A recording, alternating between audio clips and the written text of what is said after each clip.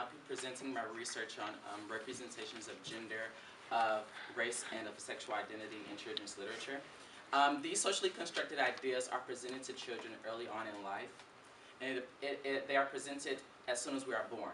Words are dressed in things that are conducive to their careers, that are conducive to their masculinity. They're said they should be powerful, that they should be protectors, while girls are told that they should be pretty. They're put in things that are fluffy, things that are cuddly, things that are cute, things that are pink, and things that are conducive to their femininity.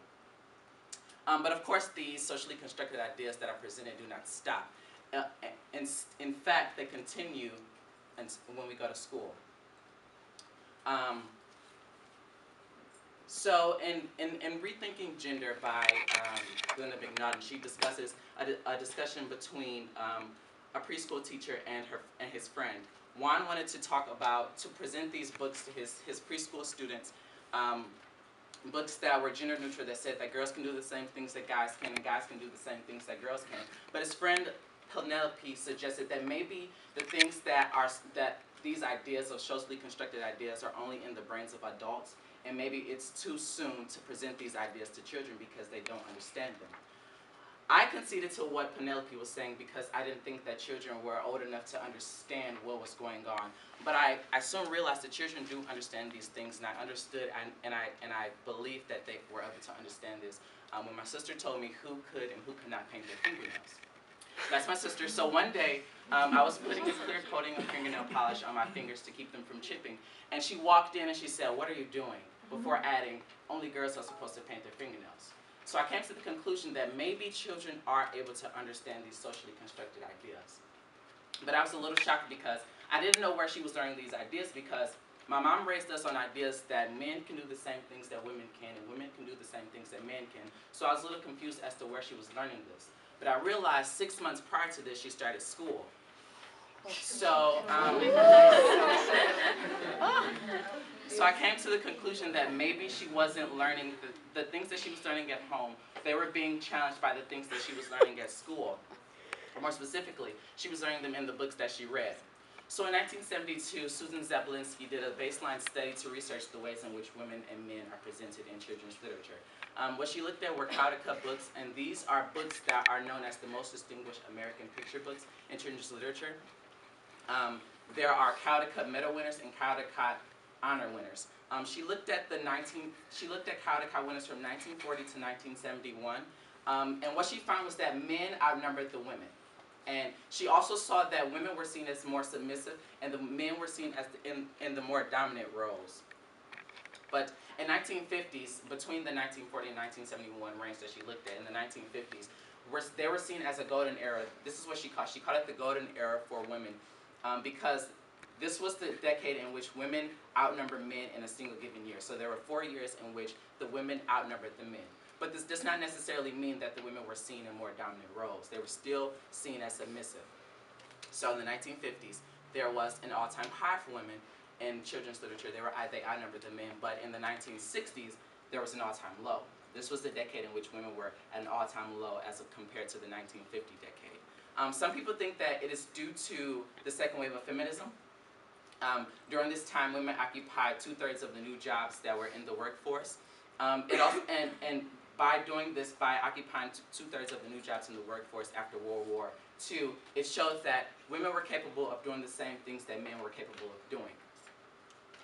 But some researchers also think that during this time it was an all-time low because there was male backlash after World War II. So in order to reinforce this male dominance, they had to write these books and reinforce this thing that men are supposed to be the ones in the dominant roles and the women are supposed to be the ones in the more submissive roles. The study was done again in 1998 by Converse College, which is an all-girls college.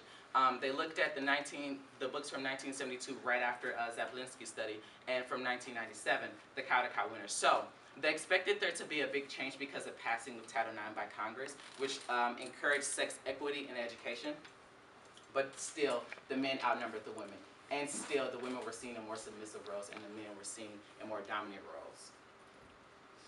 So in these books, the men were seen as active. The boys in the stories, the protagonists were seen as active, and the girls were seen as passive.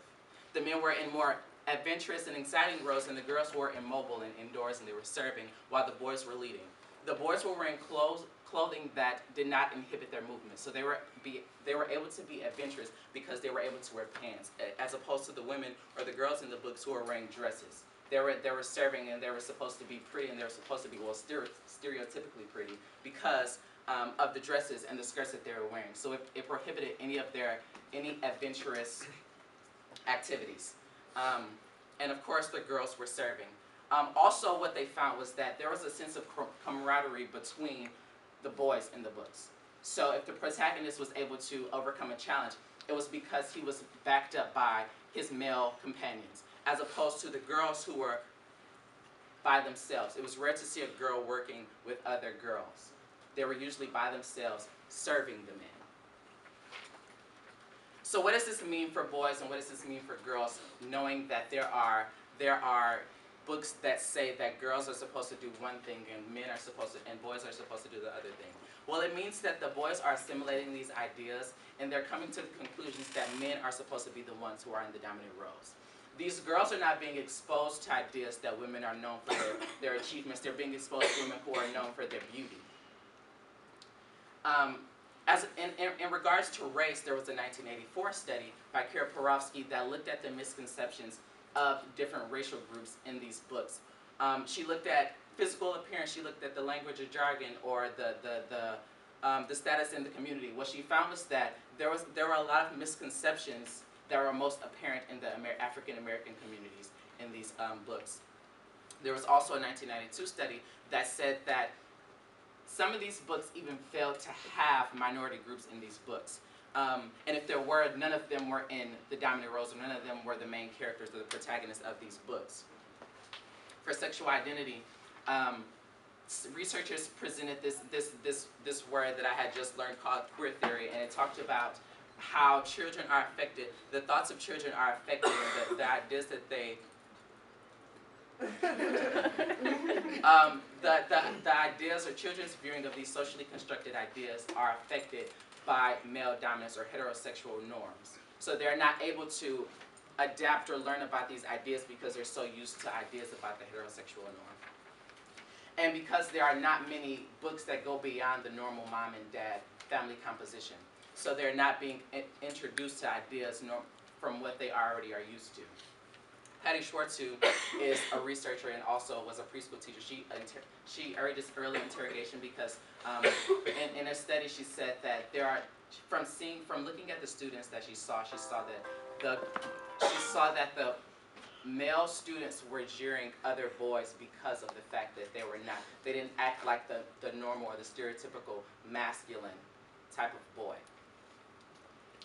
There are books that do talk about family compositions that are different from the normal mom and dad composition. I think that the family book by Todd Hart is a really, really excellent idea, or a book that has been made. It not only talks about same-sex families or families that have two dads and two moms, but it also talks about families that have a different dad who is a different color than the mom, or adopted children, or families that are all different but they all like to do the same thing. So this family has two dads, this family has two moms, this family has an adopted son with two different parents, but families all like to do the same things. But of course these books do exist, but I think it'll take a long time before they'll become Caldecott winners. So in conclusion, children are capable of learning these socially constructed ideas, and from then on they are able to create their own ideas from there. In school, in order for a child to learn, it takes a village to raise a child, but it also takes one to teach a child. It takes the parents, because learning starts at home. You introduce these ideas to your children, and then when they go to school, you reinforce these ideas. So I think that it's good to introduce these ideas to your children, because you would never want to explain to a 5-year-old why you're able to paint your nails, why men can paint their nails.